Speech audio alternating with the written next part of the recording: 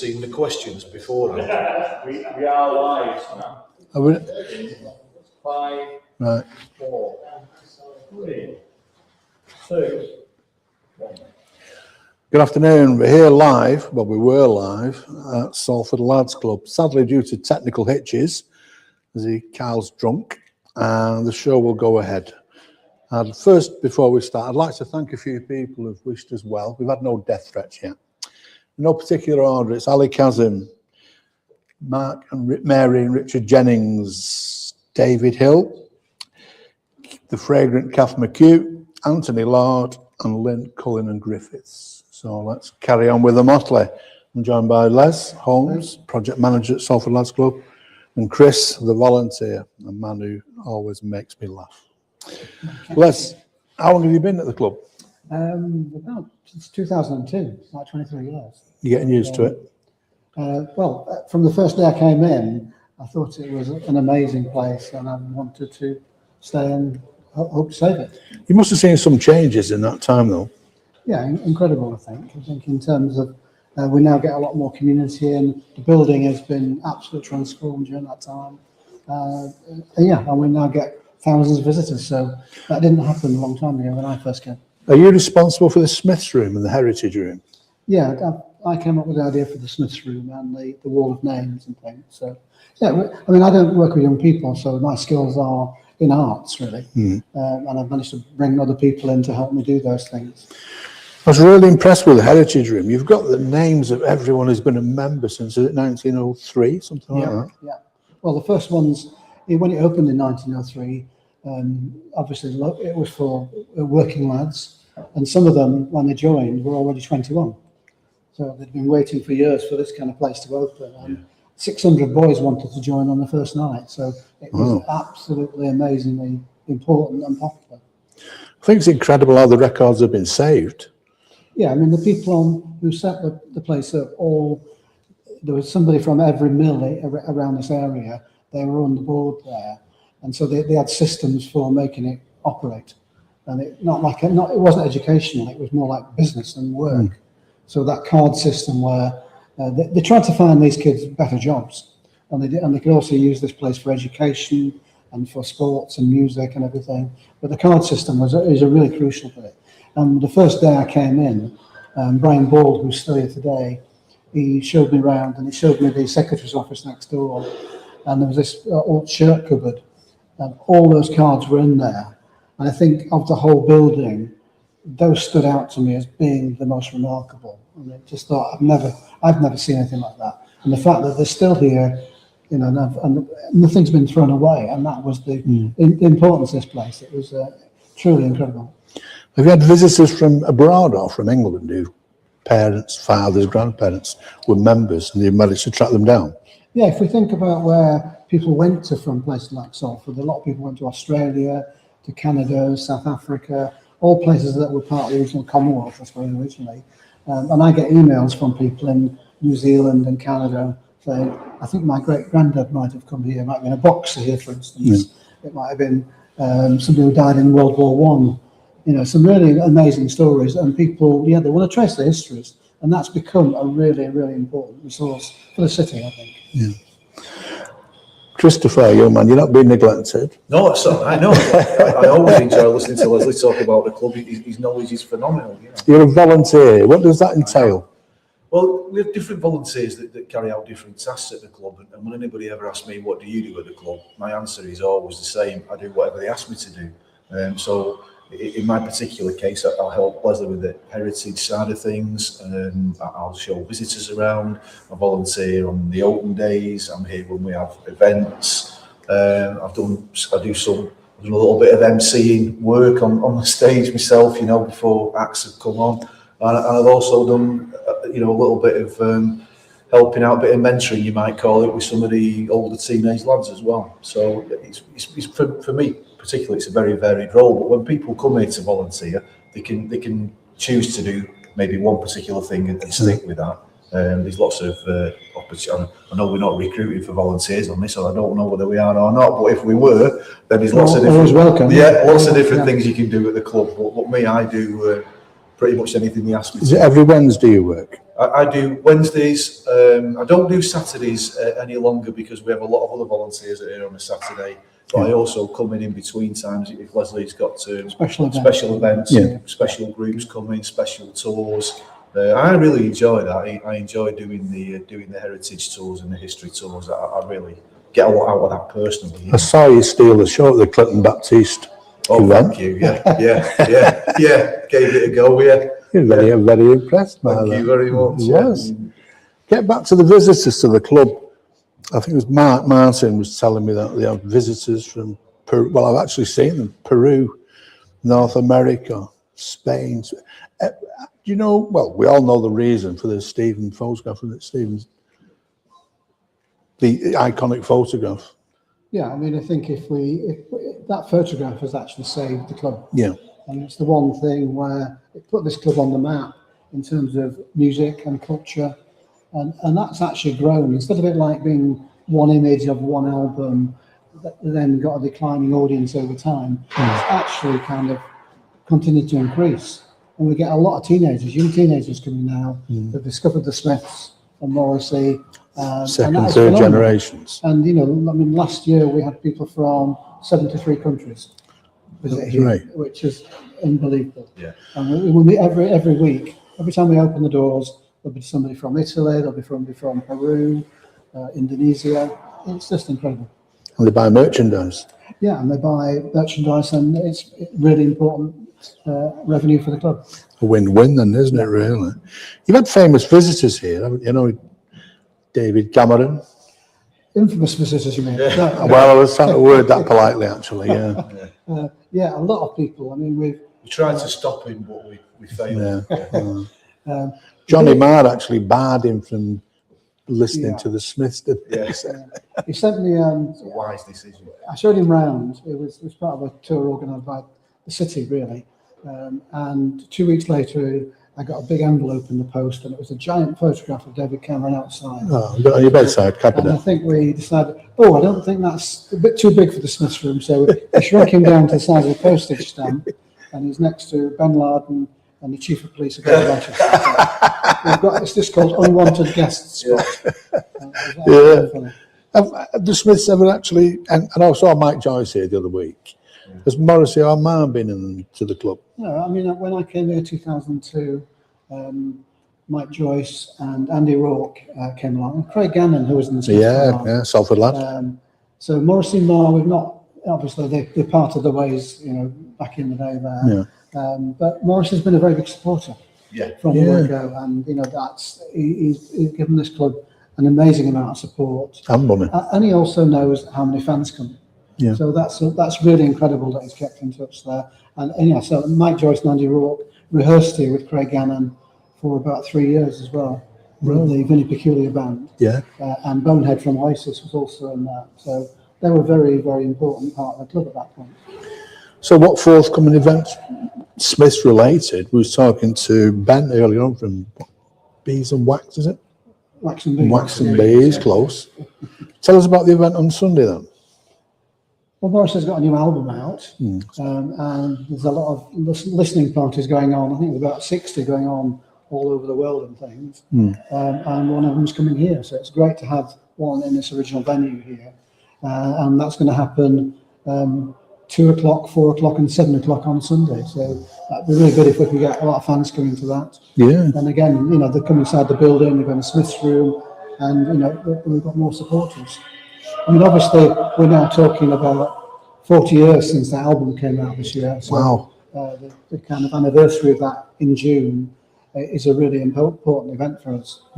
Stephen Wright is coming back on a Sunday of that weekend to actually take photographs of people outside. So that's like a 2-hour slot. It's already sold out and all that.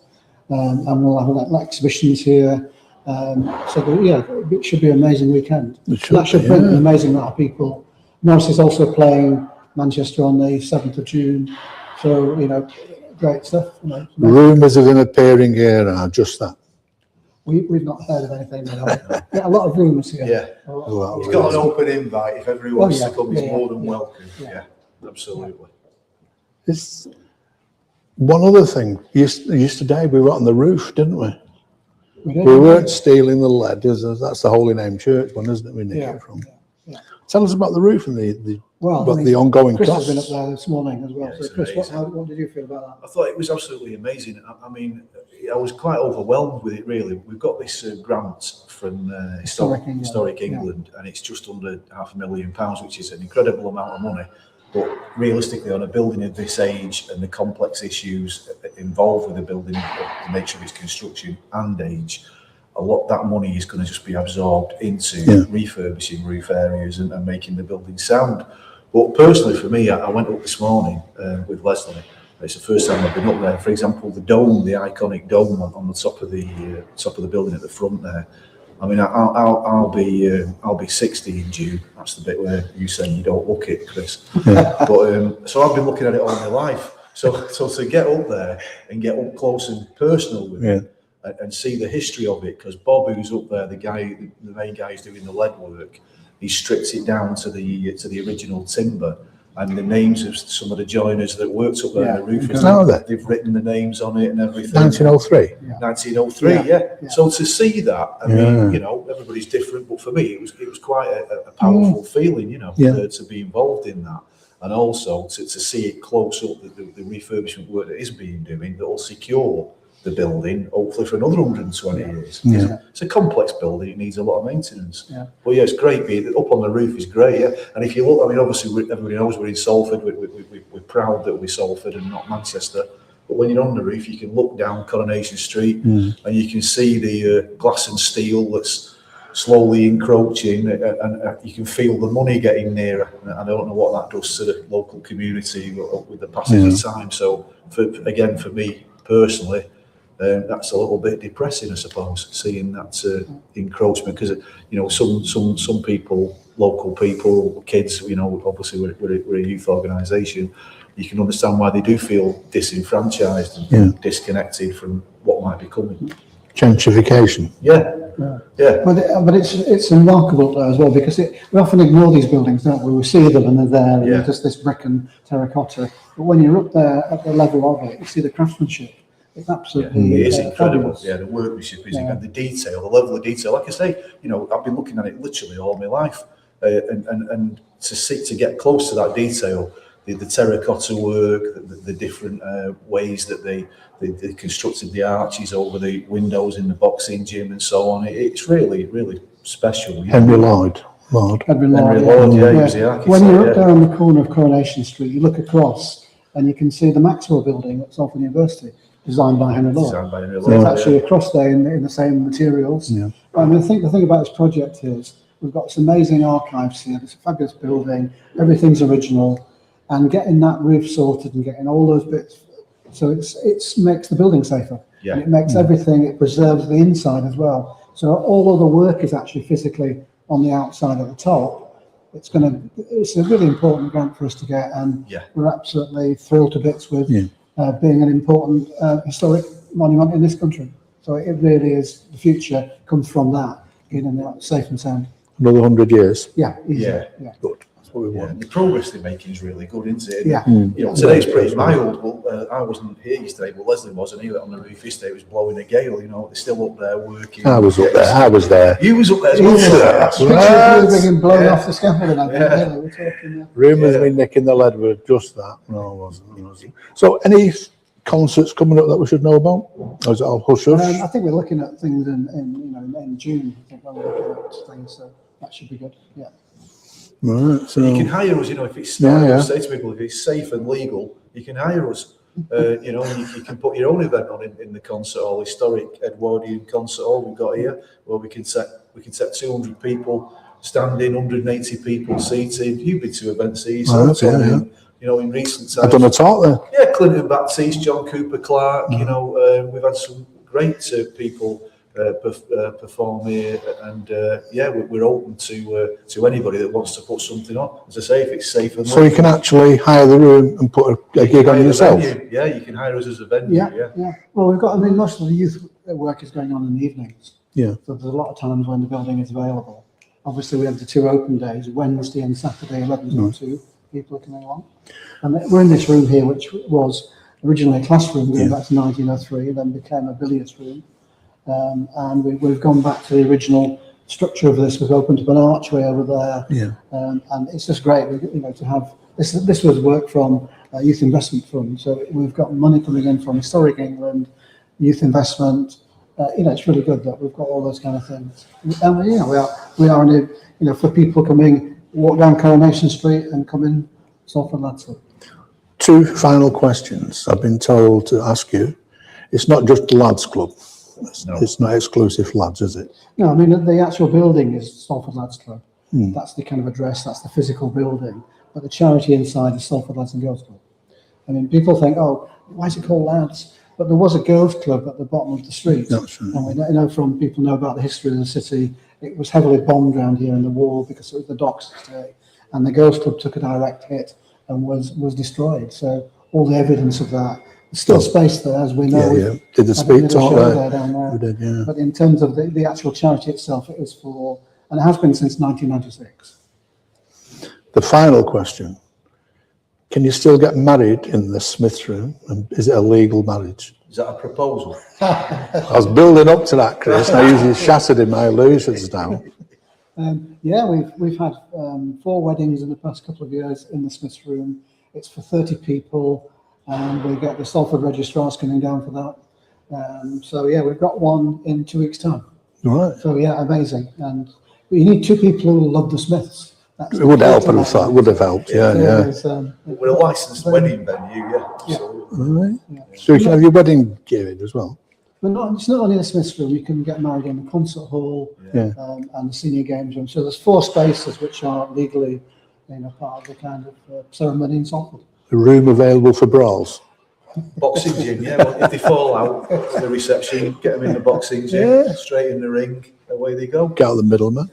Well, I think we've answered all the questions. Thank you for taking the Thanks, time, Sylvia. and Chris and Les. Yeah. So, Carl, do we just cut off now and walk into the sun together? Go. Have we got Nigel and... Oh, they've gone. Right.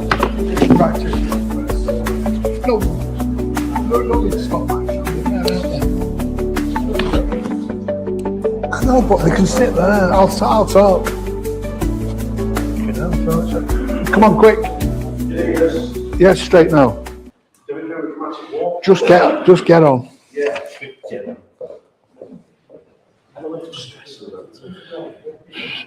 Ba-da-boom. Okay. Sorry for the slight hitch, technical hitch there. Okay. We're back at the Lads Club, and happy, if not delighted, to say I'm joined by Brian Gorman and Nigel Carr. Hello. Obviously, we're here to talk about New Dawn Fades at the Lads Club. At the Lads Club, at the Lowry. All that distraction now, the rabble are in. Brian, you're the author of this production. Could you tell me how it came to fruition? Am I? No. Yes. Yes. I'm not joking. Yes. How did it come to fruition? It's a long story. How long have you got? Make it short. I'll make it short. Right. Well, the play began life as a graphic novel. Yep. And was actually written about a mile that way in Seaford Road, near the River Irwell. Yeah. Because I moved there about 15 years ago, something like that, for a couple of years. And I'd had this idea to do a graphic novel about a place, and I found myself in Salford, so I thought, let's have a look at Salford, blah, blah, blah. Started as a graphic novel, merged into a story of Joy Division, because I discovered Joy Division. Used to like New Order in the 80s, didn't really know much about Joy Division. Discovered them and thought, wow, let's turn it into a graphic novel about Joy Division and Salford. Did that, got it together, got a 3-book deal with Simon & Schuster, which was like, wow, this is what I've always wanted to do. And then it fell through. It wasn't my fault. It was something to do with lyrics rights and whoever was sorting it. So I decided not waste it, turn it into a play. I thought, who's going to put this on?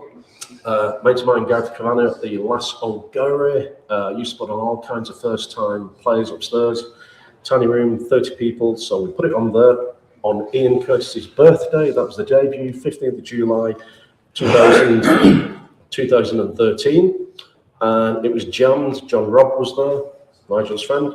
Rowetta was there. She was in tears at the end. And You have to people pay wanted to get in. come straight back in, so we had to put 2 shows on a night, 7 Right. o'clock till 9, and then 9:15 till Was it 11. free? No, it was 15 quid or something, or a tenner, can't remember. And it just built and built and built. And me and an ex-producer, Giles Bastow, a character in Manchester that people will know, very well respected. We co-produced it for about 9 years, and we kept hitting the brick wall because we were professional producers, so we didn't really know what we were doing, but we managed. And then I thought, we need to get the big boys in. And here's one of them. So, What is your role in the production, Nigel? Mine? Yeah. So Brian came to me 3.5 years ago. I'd seen the play in 2016 when Giles and Brian were doing it, and I loved the play. And in fact, Tony Davidson, I'd worked with Tony Davidson, my co-producer. Yeah. I'd worked with him on his book launch for his history of TJM. TJM, Yeah, it's great. so I did all the graphics and videos and everything for him for that launch. And Tony said to me, "Do you fancy doing this together? Why don't we do it together?" And I'd done production before. I run other companies, like a digital marketing company, so I know about Facebook ads and marketing and stuff done. But I think more than that, it was just the entrepreneurial spirit and the business acumen that needed bringing together yes. with the creative side to say, well, we've tried it this way and we've not grown it, and now it's not any bigger. So the first year we did 5 shows together. Yeah. Then we did 14. Then we did 23 in 2025. And this year we're going to do about 45. So it was that clash of creative and business that enabled us to bring it together. And also Tony Davidson's history. Yeah, the recording studios. Going all the way back to, hosting Joy Division at the TGM rehearsal studios from 78 to 1980, when Ian died. So there was that rich history that we could pull on, and the connection with the time. I saw Joy Division 3 times when I was a kid, a young kid.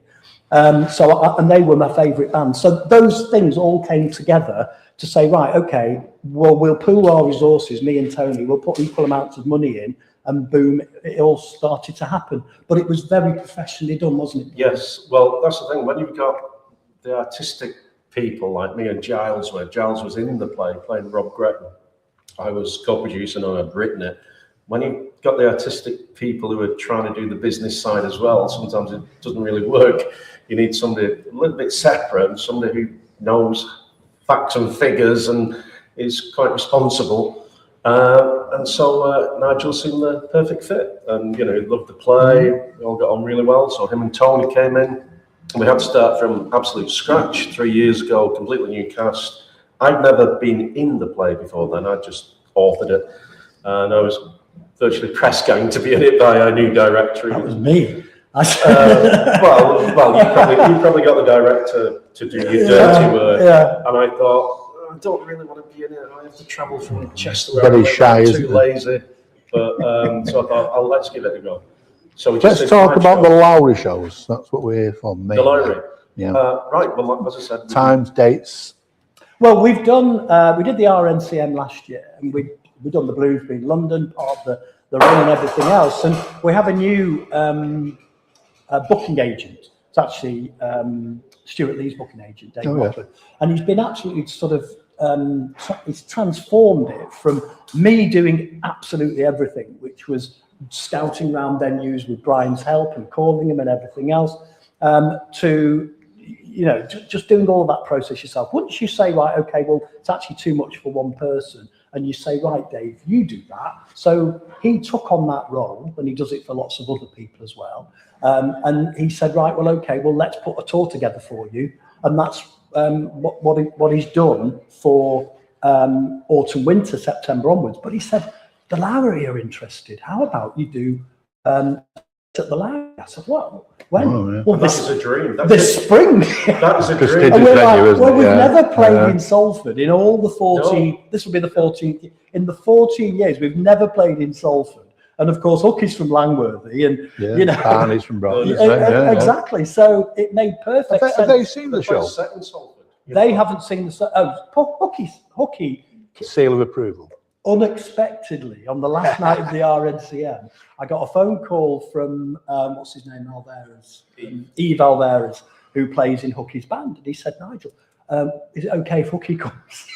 Oh, And go I on said, then. "Oh, Go on well, then." okay then." So we let Hookie through the back door of the theatre, and he said, "Nigel, would you like me to introduce it?" And I said, so he wandered on, and I've actually videoed it, and he introduced the show for us, which was just unbelievable. I mean, imagine standing in the wings, a full house, and there's 5 minutes to go on, and Hookie's sat in the wings saying, "I'll go on in a minute, introduce you." But worse than that, well, not worse than that, better than that, Gaz Hayden, who plays Hookie in the play, Yeah. obviously had to play Hookie with Hookie sitting watching him. And when Hookie went on stage, Following nature. he said, "I often wonder what the young Hookie would say to the old Hookie standing here."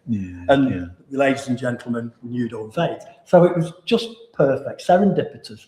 And of course, now bringing it forward to here we are in Salford and we're performing 4 shows in Salford is like a dream come true. Yeah, and How's the sales going? Ticket Sorry? sales. Ticket sales. The Lowry, I think we're nearly sold out for the 3 evening performances. We're There's a few- 90% sold out. There's a few seats up on the balconies, Yeah. and we've had to add a The matinee. Yeah. for the Wednesday. We added a matinee because it was selling so fast. So, as Brian says, there are a few seats available just at the top. I think some of them you have to stand up. You can, yeah.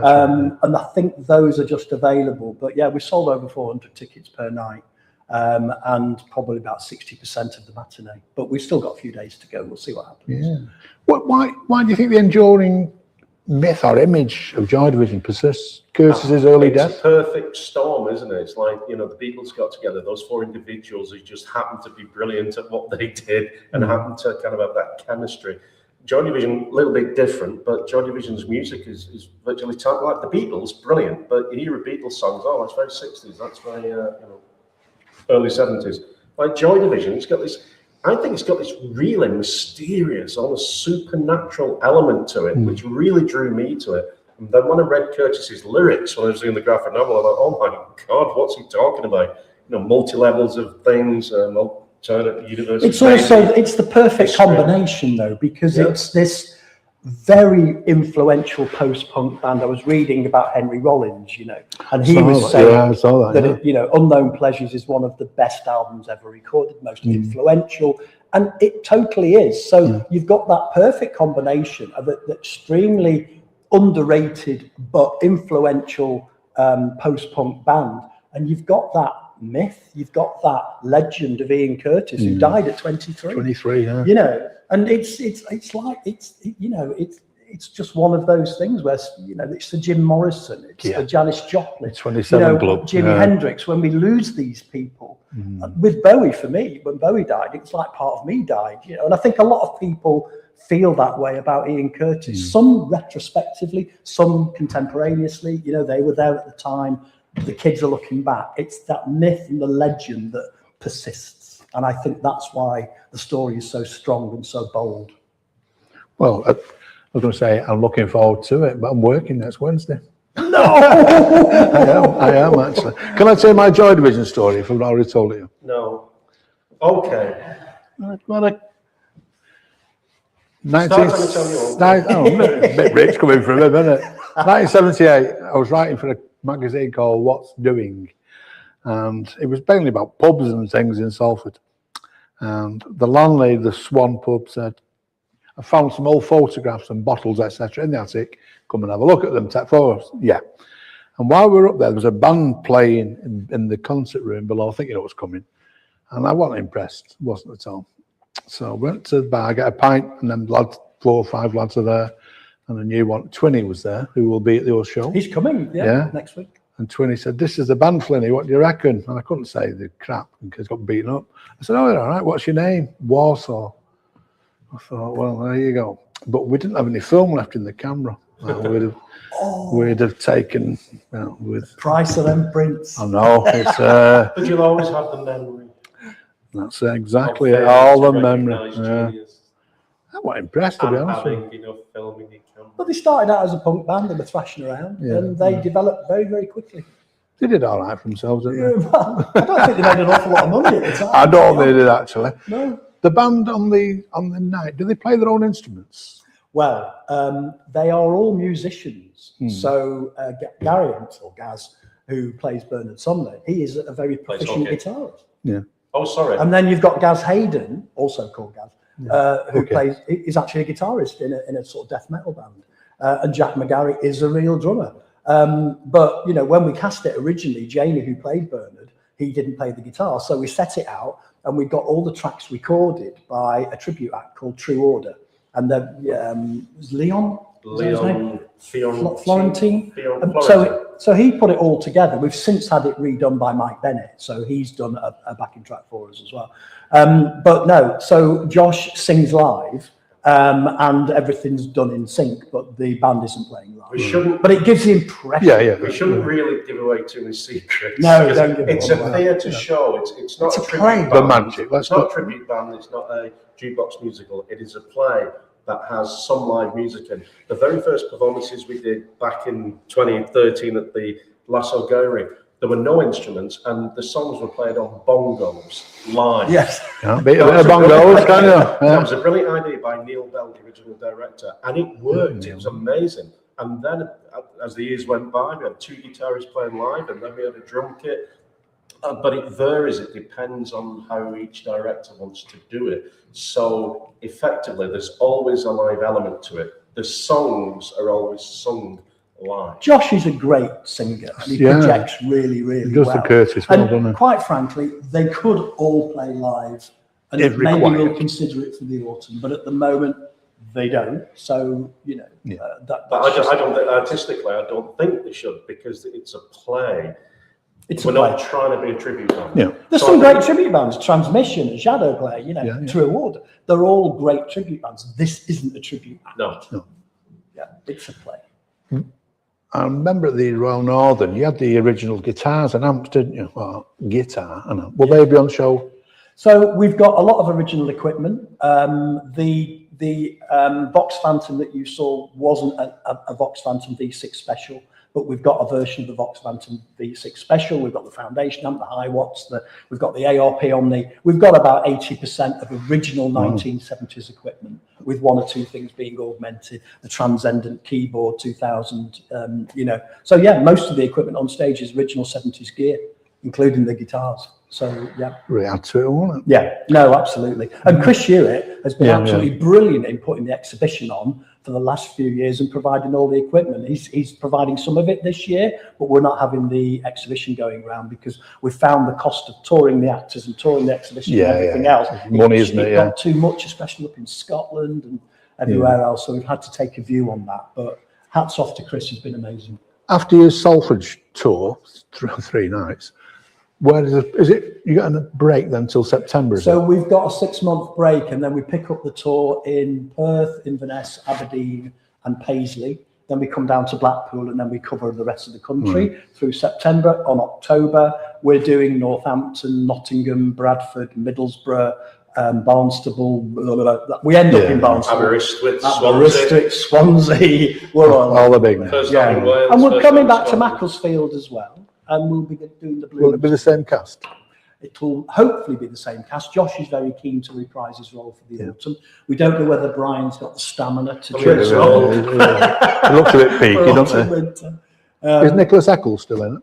Nick Eccles, yeah, I he like plays Nicholas. a few We've played roles. few roles, hasn't He's he? brilliant. Yeah, absolutely brilliant. The way he transitions between the roles yeah. and Prestwich Accountant, absolutely superb, you know.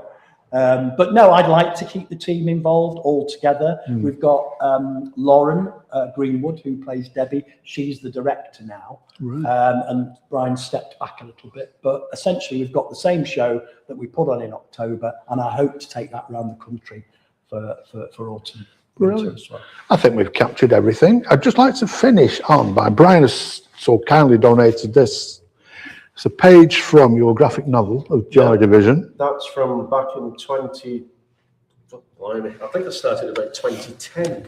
The graphic novel. So that's a page from the actual graphic novel. Page That's 44. The original page that it's framed, so it's signed, and if it went on sale at 200 or 300 quid maybe, that's how much it'd go on eBay or whatever. So kindly. What I'd like to I'm donating it to Tony to do what. Right. What I'd like to do with it is auction it off for either local food bank or perhaps give it to the Salford Lads Club to keep the ongoing restoration work.